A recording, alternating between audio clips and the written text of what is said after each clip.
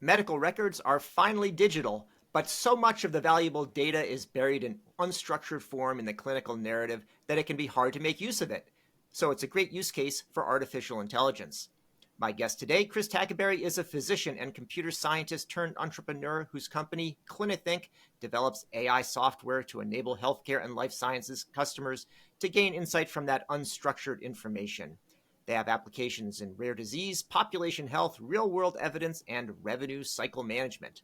Hi, everyone. I'm David Williams, president of strategy consulting firm Health Business Group and host of the Health Biz Podcast, a weekly show where I interview top healthcare leaders about their lives and careers. If you like this show, please subscribe and leave a review.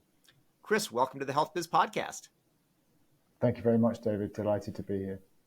Outstanding. Well, before we get into what you're doing today, I'd love to hear a little bit about your background, your upbringing, any childhood influences that have stuck with you throughout your career.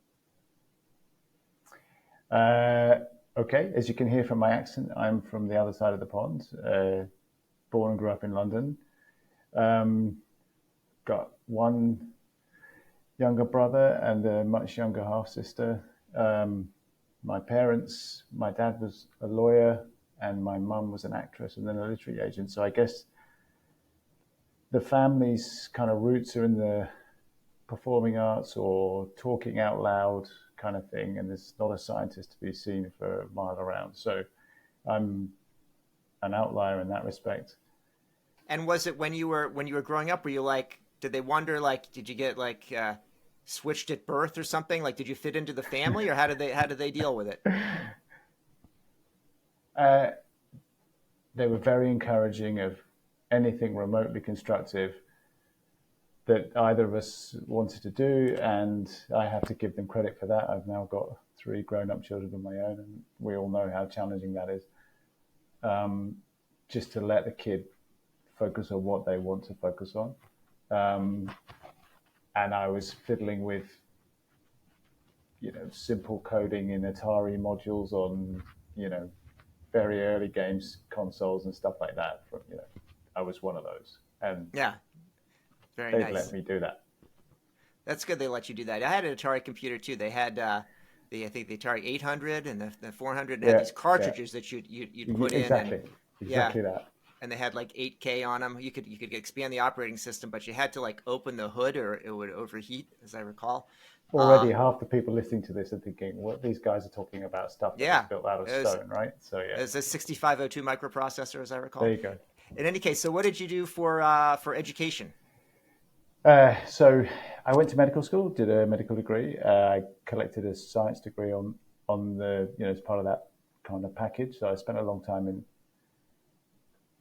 university education. I was fortunate enough to be able to, after my intern year as a doctor, I did a master's in computer science, and that was quite unusual. I mean, it's not that common today, but then it was crazy unusual. And it was just an opportunity. I was fascinated by computers and by their power, even then.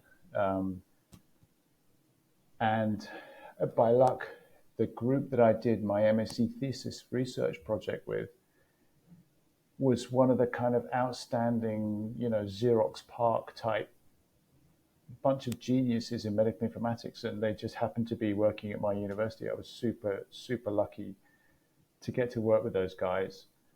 They were 20 years ahead of their time then, and they probably still are. And so I got really quite deep insight from that work into the complexity of medical information as opposed to other verticals that have been transformed through digital innovation and automation, and some of the approaches to managing that complexity. And that was really had a profound influence on me, that the opportunity to work with that group. I was very lucky. And then I went off into, I did some public health for a while, because those guys are really into, crunching large amounts of healthcare data to help facilitate population health. And And then I realized I actually wanted to do acute medicine and sort of get that out of my system. So I went Yeah. and trained as an anesthesiologist and critical care doctor. I boarded in both of those disciplines. And I did that for quite a few years, and past the point that people normally jump out of a medical degree. Yeah. So I got to be a proper doctor and worked in a very acute environment for quite a few years. But the IT bug never left, and I was constantly thinking to myself, I was doing rounds in the intensive care unit at 3 o'clock in the morning. There's got to be a better way to get the information that I need to look after the patient in front of me to me so that I can make decisions faster than someone having to make 5 phone calls and stuff like that. Yeah. That's All right. how I ended up getting into IT. That sounds good. And so I saw a couple of things on your background. iSoft, was that sounds like software? Yeah. So I was becoming increasingly interested in how technology applications could be applied to healthcare, and this is a long time ago, like 20 years Yeah. ago. In the sort of the relatively early days of the EMR revolution, and iSoft was an EMR vendor. They were quite small when I joined, and they grew like 10x Yeah. over the course of my time with them. Fascinating, really important schooling in commercial software, enterprise class applications, which can make a difference in healthcare organizations. And those are very complex organizations. And I had the sort of field and shop floor knowledge that created some useful insight from a product development and product management perspective. And then did you start your own consulting practice after that? Yeah, I did. Yeah. It turns out that the combination of skills I have, so having practiced medicine for quite a few years and done the academic computer science and then worked in commercial software environment, there's not a load of people around with that combination of skills. It's like the trifecta, you know? It's very dangerous, because Yeah. it means, when developers start talking about technical stuff, they don't actually lose me as quickly as they'd like Yeah. to. Right. And I have no pretense. I do not practice medicine anymore. I don't use the title doctor in front of my Yeah. name, but I am on the register, and I do understand a little bit about what my colleagues on the front lines of medicine are still doing. So I think that combination of insights is valuable in being able to create value in this ecosystem, and what was ultimately what led to our setting up the Clinithink business. Got it. So you're obviously going from the consulting can be fairly broad and you're solving problems for specific clients, usually more on a services basis, even if you rely on some technology. And so why Clinithink? What were the origins of that when you said, okay, this needs to be its own company? Great question. I think the consulting work I did was still to software product companies, and I was very fortunate. I got some experience well outside the healthcare domain, doing some work for Skype, which was at the sort of fascinating point in that company's journey, and a B2C business as opposed to B2B, which is what I had been familiar with up until that point. And yet the fundamentals of software product management, working out how to add features to an existing code base that created incremental value for the users, all that discipline, helped really bed in some of the understanding about managing that super complex challenge of here's a bunch of real world problems and here's a single line of productivity in terms of creating software. But through my days as an EMR vendor, I like to describe myself and some of my colleagues now as recovering EMR vendors in the sort of post-EMR phase. We learned a lot about the challenges facing health systems CIOs. Those are not easy jobs. And we also learned about... they used to say, I grew up in Washington, D.C., so there's a lot of these TLA, three-letter acronyms. And CIO, I always understood it to mean career is over once you get promoted to that role. No, that's an overloaded term to use a computer science concept that's that variables overloaded. And obviously, we're talking about chief information officers or chief data officers, or, there's a few different terms Yeah. now. But if you're responsible for a big health system with a diverse kind of empire from a sort of landscape perspective, and Yeah. thousands of employees and thousands of physicians who, let's be honest, they can be an interesting group to work with. So very complex situations. And we knew from the early work that around the admin side of things, so capacity planning and bed management and visit scheduling and obviously billing, there are many very good products out there that help support the enterprise in those endeavors. But the clinical stuff is predominantly around what gets written down. And when I was putting EMR systems in, people were still using paper and couldn't type. Luckily for all of us, those people have either learned to type or retired. Yeah. And so now the visit summaries and the discharge summaries and the radiology reports and all the rest of it, all of those extremely valuable information assets in the healthcare ecosystem are machine readable, they're computable. And so me and my co-founder, my colleague, Dr. Pete Johnson, who's actually the genius behind the technology that we've built the products at Clinithink around, had become convinced independently, actually, that there was a disproportionate amount of value, as you put in the intro very succinctly, in that unstructured content, and really very few tools to enable organizations to extract that content and create value from it. Now, why is, I've certainly heard this about the narrative is where all the information is, but there's a lot of effort in these EMRs to actually structure the data. And so why is it that so much falls outside of that? Is it's sort of the exception and something that should be ideally all structured, or should we just accept that the narrative is there? Or does the fact that AI exists means we don't have to structure and we can just do whatever we want and then the machine will figure it out later? I'm trying to understand how this unstructured piece fits in. You phrased that question really well. And the way to think about it is built from a couple of observations, okay? So the first thing to say is roughly. When I left medical school, any physician, my vocabulary was roughly double what it was when I went in, okay? So this is a big space, and it's mostly messy. Medicine's as much an art as a science. That's the first thing. The second thing is the International Classification of Diseases, ICD-9 or ICD-10 or ICD-10, there's various flavors of it. Well, that was invented in England in the 19th century by a guy called William Farr, who at the time was a genius. But that thing's getting a bit long in the tooth. But it was never designed to enable the kinds of questions that people want to now ask. Okay, I'll give you an example. There is, and I'm not knocking ICD-10, it's required, right? And there's a ton of stuff you can do with that structured data. But there are, last time I checked, and we're active in this space, there's 100 types of lung cancer, broken down by stage of disease and tissue type and tumor type, and now, of course, all the genetic stuff.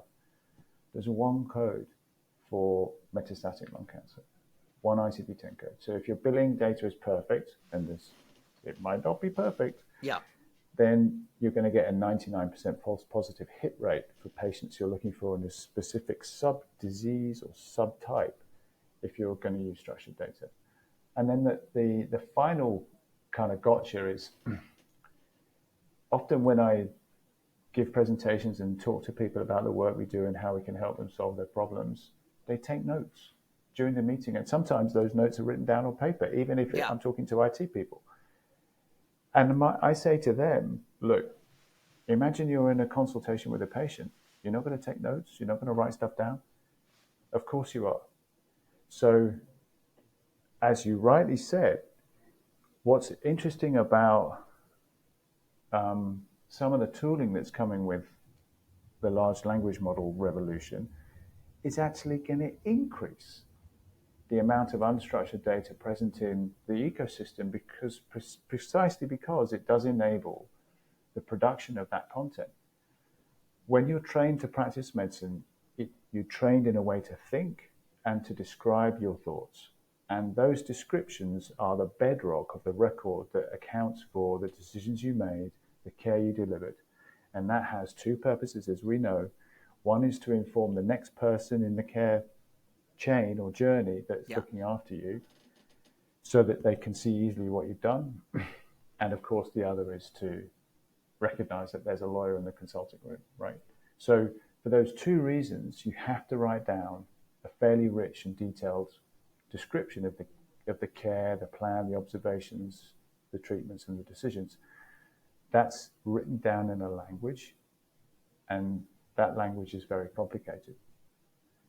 So it's not either or, but the market serving the analysis of structured data in healthcare is very mature, and there's a ton of rich tools out there. And when we started Clinithink, and to an extent still the case today, the tools that serve this unstructured asset are much thinner on the ground. And in terms of the generation of the unstructured piece or the notes, is AI actually playing a role there too? Because you see that there's like the Copilot. I interviewed the head of Microsoft's unit that's doing that. And I'm even thinking on some calls that people do on Zoom and so on, there's a Copilot that comes along and takes notes and does some analysis. How does that fit in? Well, I think that, it's basically accelerating the change. Okay. So we know that there's a burnout and workforce crisis in healthcare delivery on the front line, the clinical front line, physicians and nurses. That's true in most developed health economies. And anything that we can do to automate any part of the process that enables those individuals to do more for, with kind of less cycles burnt is good for them and their mental health and their productivity, and of course for their patients, which is ultimately what motivates us. So tools which enable you to create the narrative that you need to describe the care that is being given, that accelerates that or facilitates it, automates it, can only be a good thing. And there's some Copilot is a great example. Eric Topol, who I recommend everyone follows, the guy's an absolute genius. I saw a post from him a couple of days ago talking about the difference that these platforms will make to the physician workload, because what you're always trying to do, whether it's patient outcomes or physician workload or both, you're trying to solve a paradox. You're trying to get more done with less capacity. And in my humble opinion, the only way you can do that is with automation, digital automation, and ultimately AI. Got it.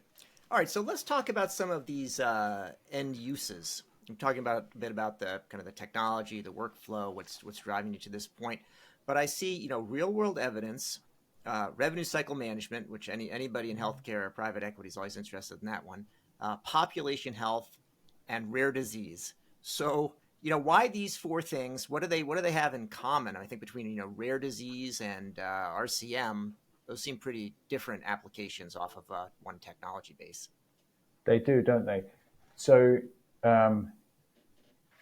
but actually, the thing that all four of those segments have in common, completely in common, is that at some stage in the processes, in the health system end processes that they relate to, extensive manual chart review is required to achieve whatever the outcome is. So although you're quite right, we have solution offerings built on one technology platform. So we've built that core technology platform once. We've got a patent for it. We keep getting baked off against all kinds of other people. We keep winning, so we must be doing something right. That thing is the bedrock, and that's solving the same problem in those four different contexts. And what it's doing is taking thousands, millions, and now tens of millions of documents created at the business end of healthcare, wherever that is, in an electronic format, so we're not dealing with handwritten pages anymore. And it's converting that content into computable information. Once you've done that, it's a relatively small kind of tweak of a few levers in a configurable stack to enable value creation in those four different activities, where the beneficiary is either a pharmaceutical company like AstraZeneca or a large health system like Northwell. And we're delighted and very proud to be partnering with both those organizations. So it's a fair question to ask. That looks a bit of a crazy spread. Yeah. But the process that we are automating is the same in each case, and it creates value basically for the same reason in each case. And we've just found that those situations are where we have been drawn by our customers, actually, in several cases. So in relation to the revenue cycle piece, revenue cycle is a big, hairy, hugely complicated set of processes, and there's a huge primary and secondary vendor community serving those. And so we avoided it like the plague for many years. And then one of our customers said to us, here's a point in that process, specifically around clinical document improvement and denials management, where we, the customer, see your solution creating value. And it's a brave person that just says to that customer, nah. Yeah.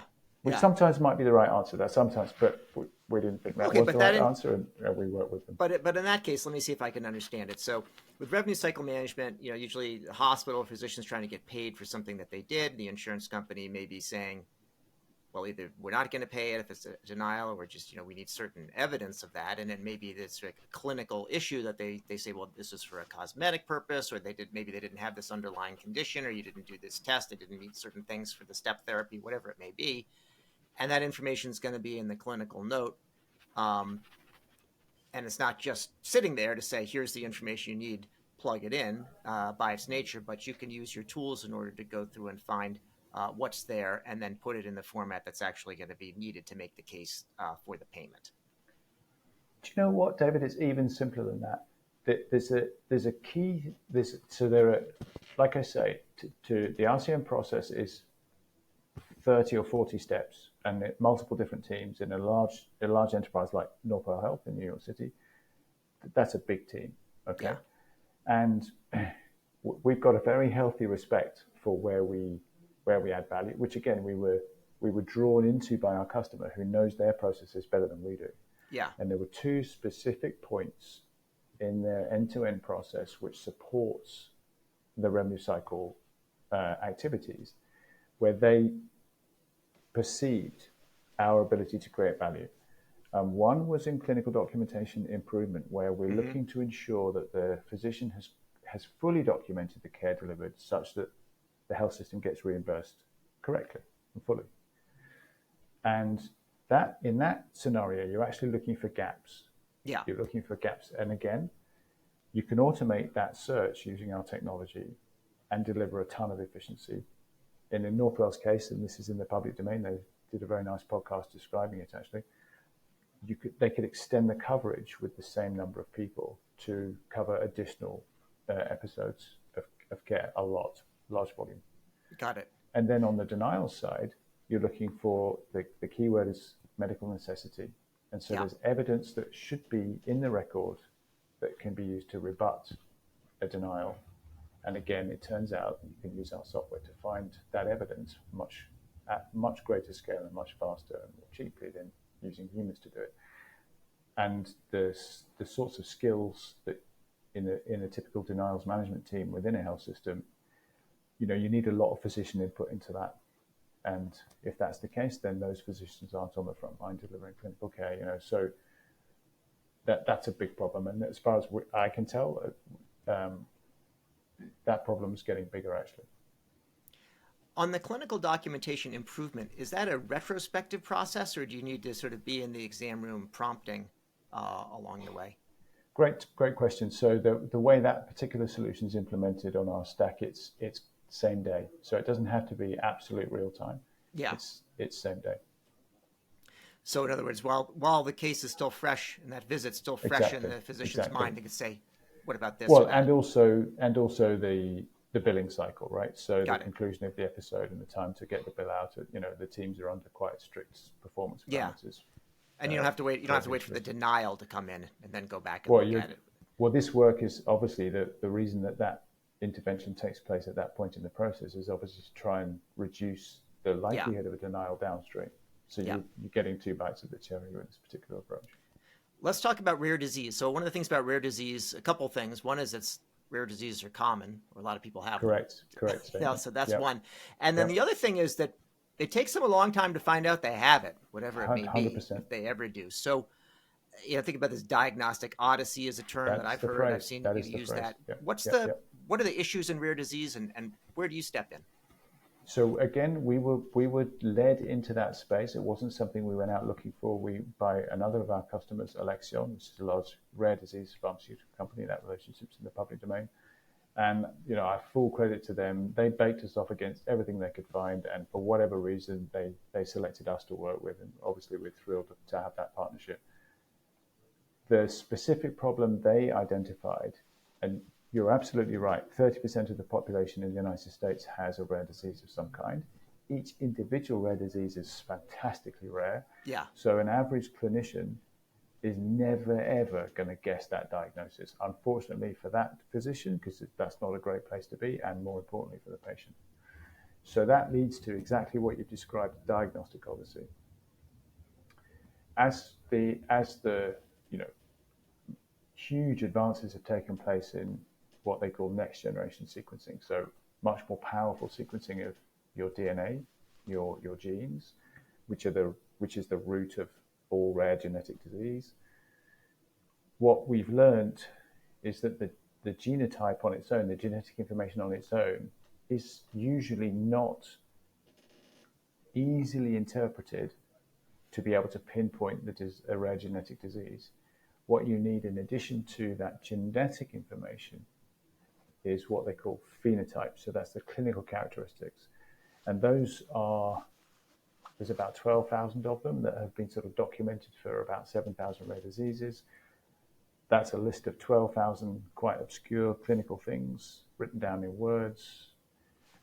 Then you look at a patient in front of you, and as a physician, you might be able to observe certain characteristics like, one finger is slightly shorter than the other, or really quite subtle stuff. You might observe those things and write them down, but you'll never make the connection between that and one of these official phenotypes of a rare disease. That's the process that we automate.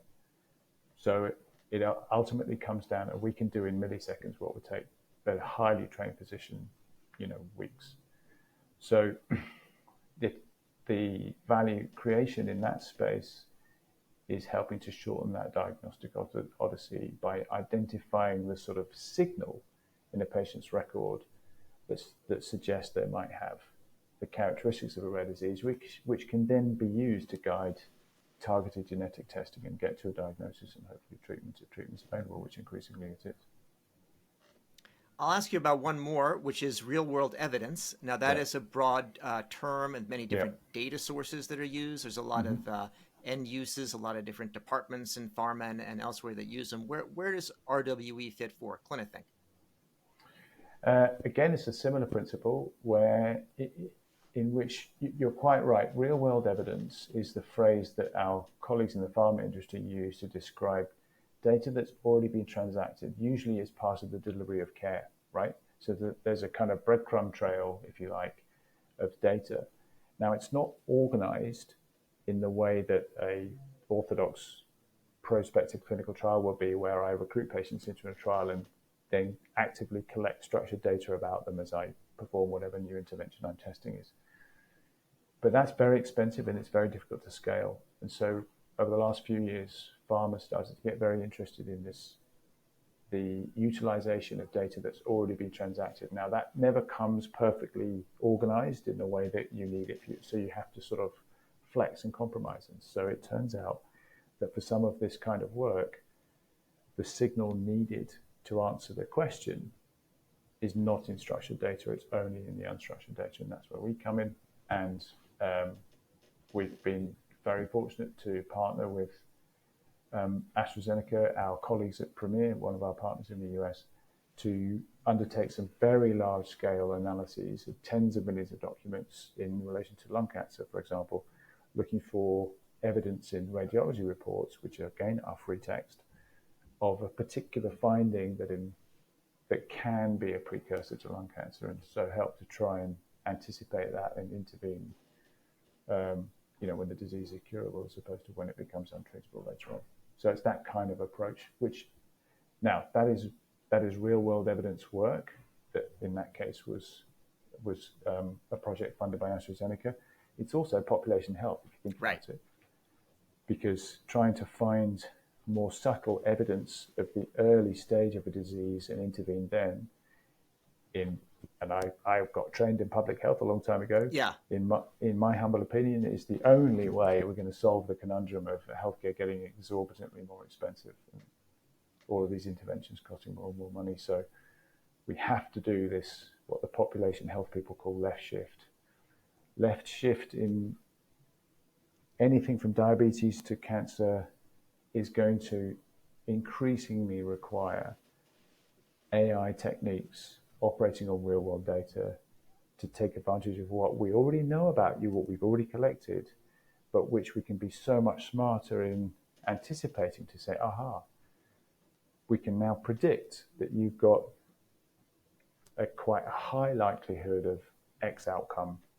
But because we know about that now, and you can only do that using these AI techniques, we can intervene early, which is cheaper for the health economy, however that's funded, and of course a better outcome for you. Chris, my last question is turning away a little bit from work, and it's about if you have any good books that you've read lately, anything you would recommend, and then conversely, anything you would recommend to avoid that you wasted your time on. Wow, that's a great question. So books to recommend. I'm currently reading a book called The Expectation Effect, which I certainly do recommend. It's talking about the extent to which the mind can control even biochemistry. So I'm a very keen cyclist. That's what I spend my spare time doing. So I'm interested in performance on a bicycle, and as I get older, how I can try and keep getting faster. And there's some very interesting work being done now about how the brain creates a kind of future state model based on its previous experience, and that is profoundly influences how you perform in certain situations, whether they're in work or in some hobby or something. I'm kind of halfway through it. Yeah. It was recommended to me by a very trusted source, and there's a lot of science behind this. And the phrase I hadn't read before, or heard before until I read this book, is psychobiology. So we of course know about the placebo effect and the nocebo effect, which is the opposite. This is next level thinking. This is about how your brain decides what you're going to be capable of physically, say in a performance environment in sport. And of course, the opportunity is to try and intervene in that process to extract even more out of yourself. And how much do you find that to be is on the range of sort of rock solid to speculative? Is that more speculative, or does it seem? I mean, I'd like to believe what you're describing there.